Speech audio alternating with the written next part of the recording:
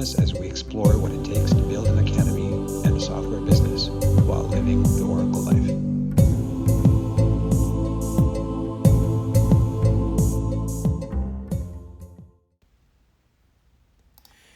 Hey guys, it's Lee here again. Welcome to Oracle Life, episode number 19. Hope you had a great New Year's kickoff. It is 2021 now, and there are good signs for a new year right around the corner with good news with the vaccine and whatnot. So, I'm really hopeful that this new year is going to be a much better year than the previous year. We're off to a tumultuous sort of start with what's going on in the US, but let's keep our fingers crossed. So, guys, in this New Year's kickoff, what I'm going to be looking at is some of our older videos from the past summer of 2020, and my objective is to really go into a little bit more detail in some of the key episodes and play it over a little bit slower and a bit more attention to detail. I figure there's a lot of content out there. There isn't, in terms of what I've already shot. It is winter right now, so there isn't very much opportunity for me to shoot some new stuff outside of our Oracle Online live classes, Zoom classes, which are underway right now, which please, if you haven't already, go and check it out online right now. But otherwise, and in the next few episodes, I'm going to look at the past episodes and review them more detailed. So why don't we kick this one off? And let's start with the first one, which you're looking at here is the north-south choke. So for those that know, the north-south choke, the master and god of it is Marcelo Garcia. So I'm going to be outright referring to some of the details that he has provided. You can see here that Zenon is a little bit on his side, so I wasn't sure actually if this was going to actually even work, but it did work. I don't know if he just tapped out or it was just too painful or he just gave up or whatever the case may be, but I think it did work. Some of the key notes, okay, so from the north-south, one of the things that you got to remember is that when you're executing it, it won't feel like you actually have it. And according to Marcelo is, you got to hang in there. Don't give up on it, and don't also go 100% and blow your arms out.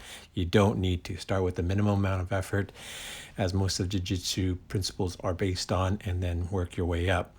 When you are in the north-south, you're going for the over hook. As you can see, my left arm is over the back of Zenon's neck. If he was flat on his back, then it would go across his throat per se, and then wrapping around the back of his neck and then curling out the other side.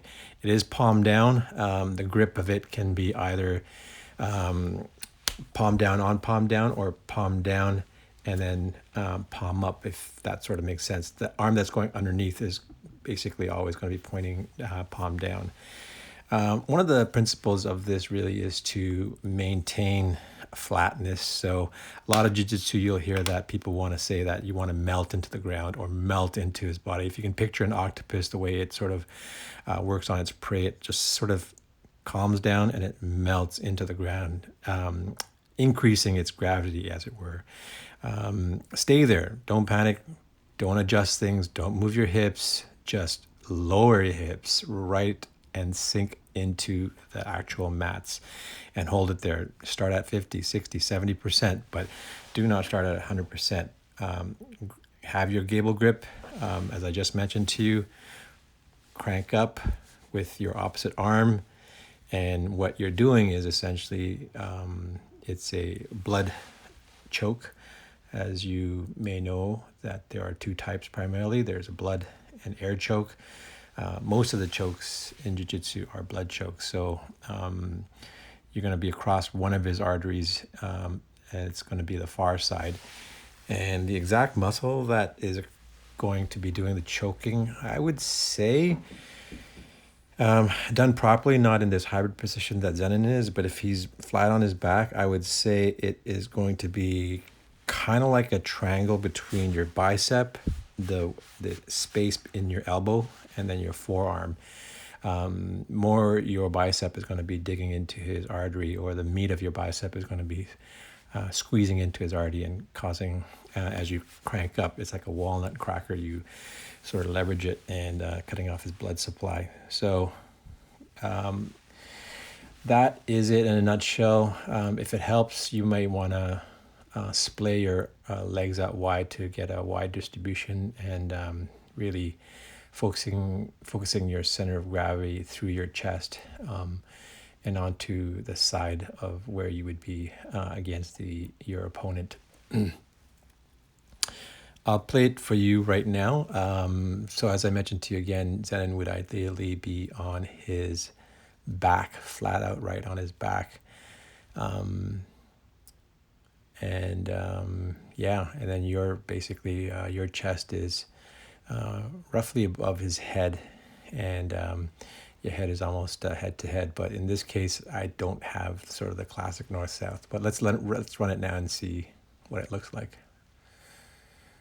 If you observe the muscles on my back, you can see sort of when I'm clinching and when I'm not clinching. So the next one here is the butterfly sweep. So classic butterfly sweep. I'm in combat position. Zenon's in combat position. And what I tell my students is to really keep an eye for your base. So your base is everything. If you fall too far back on your back, well, you're going to be on your back and it's a different game. You're going to be playing a guard more likely than a butterfly sweep. Butterfly sweeps do require you to have some amount of forward positioning. You could be slightly on your back, on your butt. You can also be here. What you're seeing here is me in combat position, setting up for the butterfly sweep. So here, the first thing you're going to notice is that I'm going to try to control. So the basics of the butterfly sweep are three things. One is the underhook.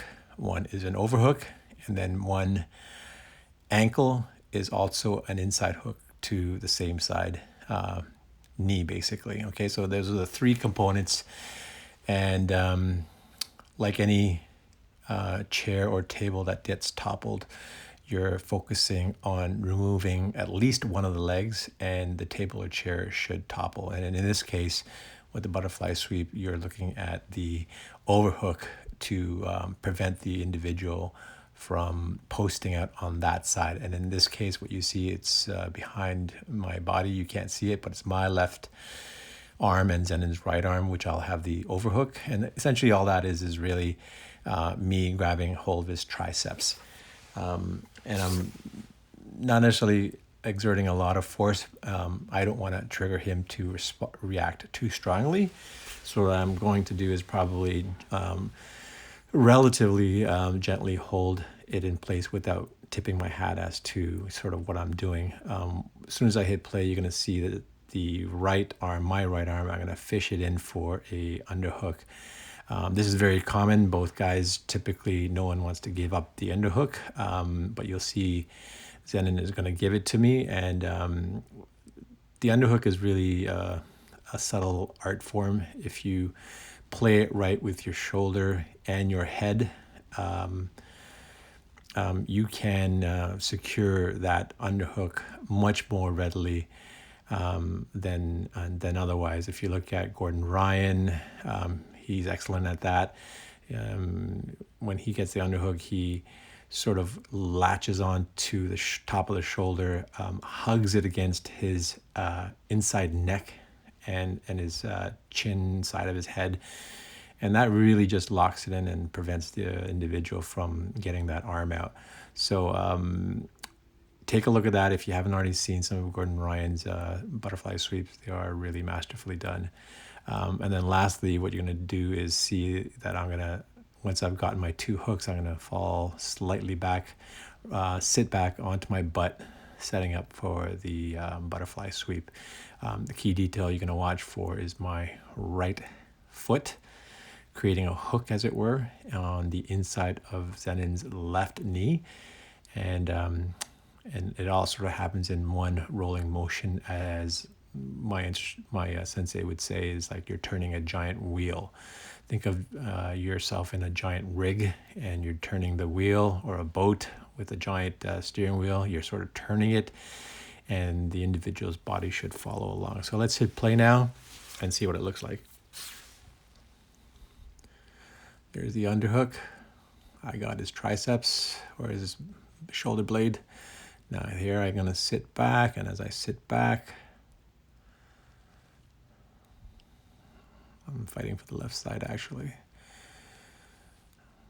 And as much as Zenon sees it coming right there, boom, my hook gets in and I do the flip. So the next one, guys, we're gonna look at is a Kiimura lock and to a roll and to a crucifix. So Zenon on top is gonna be executing this really nicely. I'll try to walk you through it by detail. Obviously explaining on behalf of Zenon. So if I do get anything wrong, Zenon, let me know. But otherwise, I'm going to hopefully get it right as to what you were trying to do and how you went about doing it. So here you can see I'm in a turtle sort of position, and what Zenon's trying to do is get a Kiimura grip on me for the setup. If you don't already know what the Kiimura looks like, Google it. It's kind of like a figure 4 position on your opponent's forearm.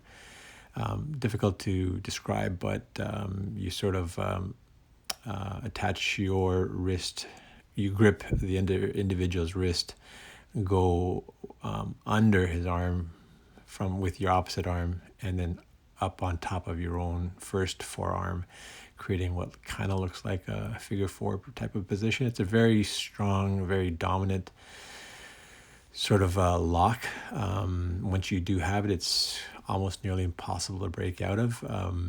As you're going to see shortly, what Zenon will do from here is he's going to roll forward over my back and causing both of us to sort of land on our backs. And you're going to see the power of the Kiimura that he's going to still have it, in fact. From there, we're going to do a bit of a scramble. Zenon's going to look for the far side leg, I don't know what you call it, like a leg lock of my opposite arm, which then creates the first part of the crucifix. If you can picture the crucifix, my right arm will then be stretched out to the side with his right leg. And then we do a little bit more fighting as Zenon gets his left leg over the cross of my my chest. And at that point, he just has to finish it off by securing my left arm as one would for a regular arm bar. Being careful to not release my arm, he's going to slowly move his grip on my left arm up from the shoulder up towards the wrist for the submission. And the submission basically comes way of an arm bar.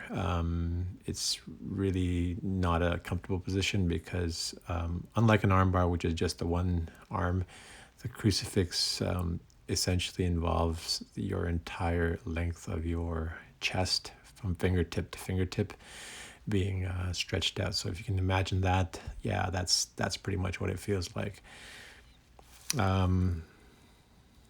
Yeah, that's pretty much it.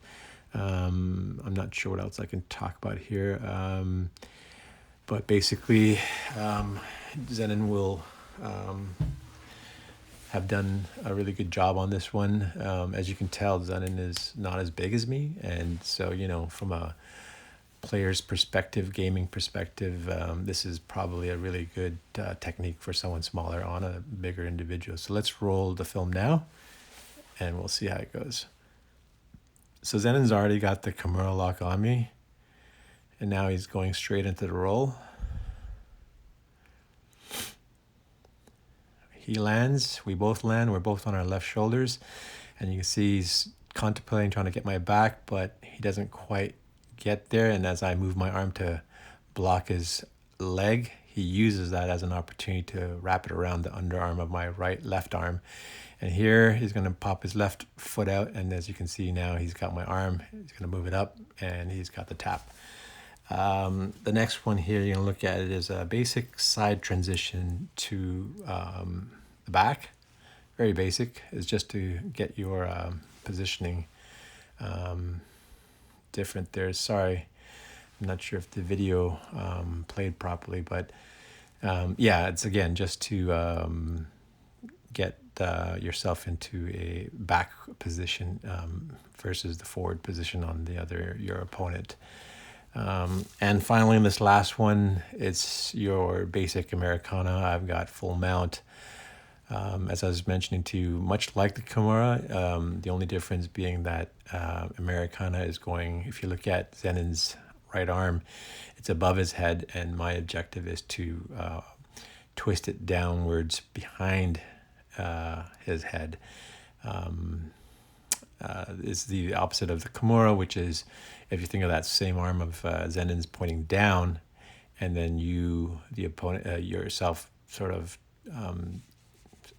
turning his arm into the north position. So Kiimura, south to north, America, north to south, if that sort of makes sense. So basic, fundamental, can be difficult when your opponent has strong arms, as Zenin does. A lot of guys can power right through this, so you're going to have to feel this one out based on who you fight, whether or not you think you can pull this off. But all things being equal, you should be able to outmaneuver the individual, again, based on the fundamentals of jiu-jitsu mathematics, what I call jiu-jitsu mathematics. 1 + 1 is going to be greater than just 1. So 2 is greater than 1.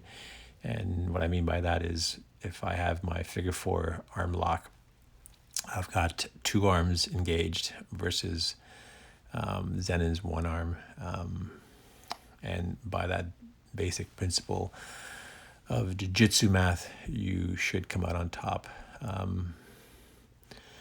I'm not sure what Zenin is doing with his arm, his left arm across his face. It may have just accidentally got in there. Regardless, I don't think it makes an impact here. My only objective, you can see my left arm, is to cup his tricep of his right arm, to lift it up, to give me the space I need to get my left arm under his arm, and then weave it through that pocket just above his head, and then onto my top of my wrist for the grip. So grips wise, you want to notice that I'm doing traditional grip. My right arm is a traditional grip. My left hand, you can see, is a monkey grip. The monkey grip means my thumb is in line with my fingers and not opposing. My right hand, you can see the thumb is missing, so therefore it's wrapped around the backside and it's opposing. Traditionally, in this type of setup, the preference is to have monkey grips, so as to not injure your thumb, because you know your opponent's going to try to power his way out of it, and it only makes sense, again, jiu-jitsu math, for 5 fingers, 4 fingers and 1 thumb is going to be better than just 4 fingers. So regardless, I've got the 4 and 1 thumb, regular grip. You're going to see in a second when I play this that I'm going to go and try to weave it in and try to complete the Americana.